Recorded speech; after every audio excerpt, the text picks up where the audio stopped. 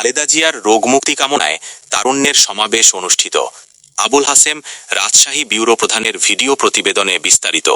বুধবার 10 ডিসেম্বর বিকেলে বাঘা উপজেলার চণ্ডীপুর উচ্চ বিদ্যালয় মাঠে বিএনপি চেয়ারপারসন বেগম খালেদা জিয়ার রোগমুক্তি এবং তারেক রহমানের 31 দফা বাস্তবায়নের ভাবনায় তারুণ্যের সমাবেশ শীর্ষক একটি অনুষ্ঠান অনুষ্ঠিত হয়েছে। চারঘাট বাঘা আসনের দলীয় প্রার্থী আবু সাইদ চাঁদ এই অনুষ্ঠানে প্রধান অতিথির বক্তব্য রাখেন। তিনি বলেন, যারা বাংলাদেশের স্বাধীনতাকে স্বীকার করে না তারা ধর্মের দোহাই দিয়ে সাধারণ মানুষকে বিভ্রান্ত করবে, এটা হতে পারে না। তিনি হুঁশিয়ার করে বলেন, এই ধরনের কার্যকলাপ কোনোভাবেই গ্রহণযোগ্য নয়। বিকেল 4টায় উপজেলার বাজুবাঘা ইউনিয়নের চণ্ডীপুর উচ্চ বিদ্যালয় মাঠে আয়োজিত দোয়া মাহফিল পূর্ব আলোচনা সভায় আবু সাইদ চাঁদ আরও বলেন, গণতন্ত্রের উচ্চারণে এই মুহূর্তে বেগম খালেদা জিয়া জাতির জন্য এক বিশাল অনুপ্রেরণা। তার সুস্বাস্থ্য দেশবাসীর জন্য অত্যন্ত গুরুত্বপূর্ণ। তিনি জানান, আগের চেয়ে নেত্রীর অবস্থা একটু ভালোর দিকে। তিনি দোয়া করেন, আমরা দোয়া করি আল্লাহ পাক তাকে আরও হায়াত দারাজ করুন, তিনি যেন সুস্থ হয়ে দেশ ও জাতির কল্যাণে কাজ করতে পারেন। তিনি উল্লেখ করেন, বর্তমানে সারা দেশে প্রতিদিন অসংখ্য মানুষ সৃষ্টিকর্তার কাছে বেগম খালেদা জিয়ার জন্য দোয়া করছেন এবং অশ্রু ঝরাচ্ছেন। জেলা বিএনপির এই আহ্বায়ক উপস্থিত মা বোনদের প্রতি আহ্বান জানিয়েছেন তারা যেন নফল নামাজ ও রোজা রেখে মহান রবের কাছে নেত্রীর জন্য দোয়া চান।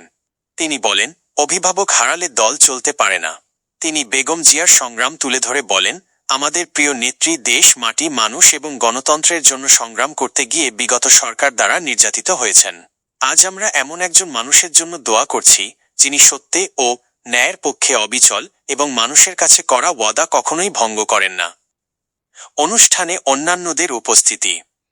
রাজশাহী জেলা ছাত্রদলের আহ্বায়ক শামীম সরকারের সভাপতিত্বে এবং বুলবুল আহমেদের সঞ্চালনায় আয়োজিত এই অনুষ্ঠানে বিশেষ অতিথি হিসেবে উপস্থিত ছিলেন বাঘা উপজেলা বিএনপির আহ্বায়ক ফখরুল হাসান বাবলু, সদস্য সচিব আশরাফ আলী মলিন, বাঘা পৌর বিএনপির সভাপতি মোহাম্মদ কামাল হোসেন, সাধারণ সম্পাদক তফিকুল ইসলাম তফি, বাঘা উপজেলা বিএনপির সাবেক সাধারণ সম্পাদক সাইফুল ইসলাম, উপজেলা বিএনপির আহ্বায়ক কমিটির সদস্য মোখলেসুর রহমান মুকুল, সুরুজ জামান সুরুজ, বাজুবাঘা ইউনিয়ন বিএনপির সভাপতি অ্যাড ফিরোজ আহমেদ রঞ্জু, সাধারণ সম্পাদক ইউপি সদস্য সাহার উদ্দিন।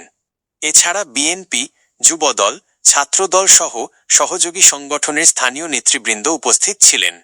বিশেষ মোনাজাত সভা শেষে বিএনপি নেতা মৌলানা সাজেদুর রহমান বেগম খালেদা জিয়ার সুস্থতা ও রোগ মুক্তির জন্য বিশেষ দোয়া মোনাজাত পরিচালনা করেন।